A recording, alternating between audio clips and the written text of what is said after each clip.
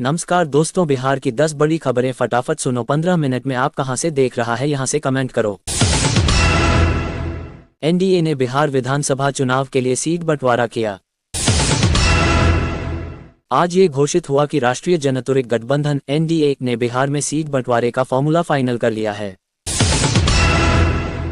इस फॉर्मूले के अनुसार भाजपा और जेडीयू दोनों ही 101-101 सीटों पर चुनाव लड़ेंगी। इसके अलावा अन्य सहयोगी दलों जैसे लोजपा रामविलास को 29 सीटें। ये कदम चुनावी रणनीति को ध्यान में रखते हुए लिया गया है और इसका मकसद गठबंधन में संतुलन बनाए रखना है। तेजस्वी का सरकारी बेरोजगारी खत्म करने का वादा। राजद नेता तेजस्वी यादव ने आज एक भाषण में कहा कि अगर उनकी पार्टी सत्ता में आई तो वह बिहार में बेरोजगारी को जड़ से मिटाएगी। उन्होंने युवा वर्ग को रोजगार देने, कौशल विकास योजनाओं को तेज करने और निवेश को बढ़ावा देने का प्रस्ताव रखा।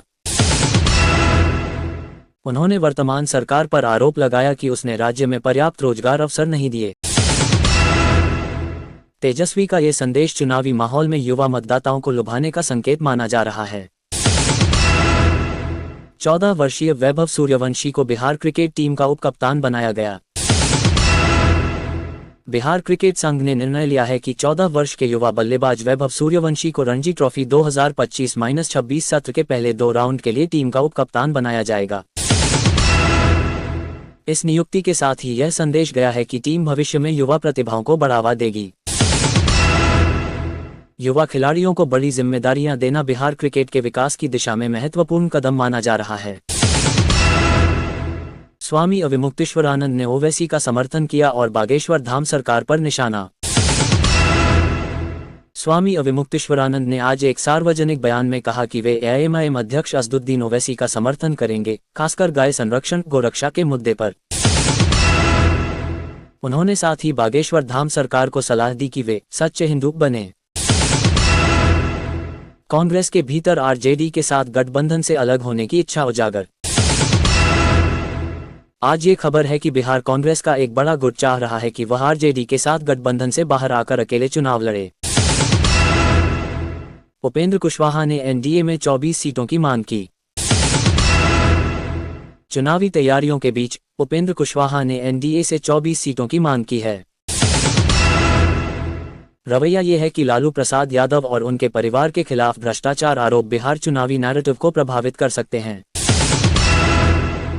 इस मुद्दे पर विरोधी दलों ने हमला बोलना शुरू कर दिया है और इस तरह यह मामला चुनावी जंग का एक अहम हथियार बन चुका है। एसएसबी ने भारत नेपाल सीमा पर बड़ी तस्करी के प्रयास को रोक दिया। बिहार के भारत नेपाल सीमा पर सशस्त्र सीमा बल एसएसबी ने एक बड़ी तस्करी की कोशिश को नाकाम किया। इस बैठक में प्रधानमंत्री मोदी, गृह मंत्री अमित शाह, राष्ट्रीय अध्यक्ष जेपी नड्डा सहित वरिष्ठ नेता शामिल हुए। ईबीसी वोट बैंक पर राहुल तेजस्वी की नजर महागठबंधन का। चुनाव से पहले महागठबंधन विशेषकर राहुल गांधी और तेजस्वी यादव ने अति पिछड़े और ईबीसी अति पिछड़ा वर्ग वोटर्स को अपना प्रमुख केंद्र बनाया है। एनडीए में सीट बंटवारे के दौरान मीडिया में ये बताया गया है कि चिराग पासवान का दबाव प्रभावशाली रहा है। उन्होंने गठबंधन में अपनी मांगें स्पष्ट की हैं और अन्य दलों को प्रभावित करने के लिए उन्होंने जोर लगाया है। पार्टी सूत्रों के मुताबिक भाजपा ने बिहार चुनाव से पहले जिला नेतृत्व और बूथ स्तर पर कई बैठकें तय की हैं। जनसुराज पार्टी के उम्मीदवारों की सूची जल्द जारी होगी। जनसुराज पार्टी प्रशांत किशोर की अगुवाई में ने संकेत दिए हैं कि वे जल्द ही दूसरी उम्मीदवार सूची जारी करेंगे।